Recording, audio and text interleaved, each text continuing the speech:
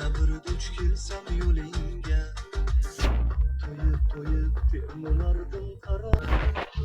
Sevgim dilda saqlamasam bo'larmidi?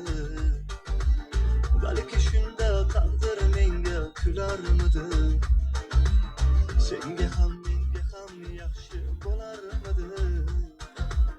Ko'nglimdagi aytganimda tutmay pinhona. Gülüm gülüm gülüm gülüm gülüm, ne kılayım ayrı düştü yolum. Boy berdim ben atavan aşığını, geçirgine gülüm. Guli, qara rasmimiz chiroyli chiqdi. Chiroyli chiqibdi, lekin masala chiroyli tushmoqqa. To'xtay Guli. Gülüm, Labay.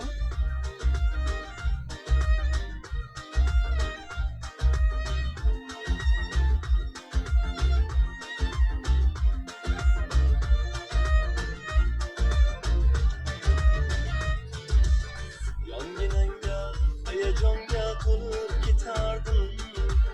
Qayda bo'lmas ortginangdan borib yetardim. Endi foyda yo'q, hammasi bekor behuda.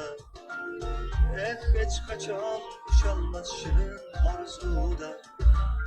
Qolmas bugun balki hozirgidek qayg'uda. Ko'nglimdagi aytganimda tutmay pinhona. Gülüm gülüm gülüm gülüm gülüm, ne kılayım ayrı düştü yolum. Hali imkan var derdim sen gülüm gülüm, ne kılayım ayrı düştü yolum. Hali gülüm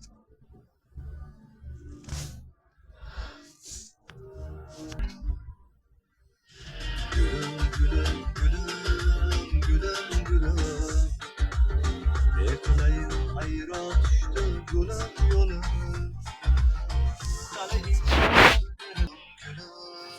gülüm gülüm, ne kılayım ayrı düştü yolum. Hali imkan var derdim seni oson boy berdim. En notavon aşığını, kechirgina gülüm.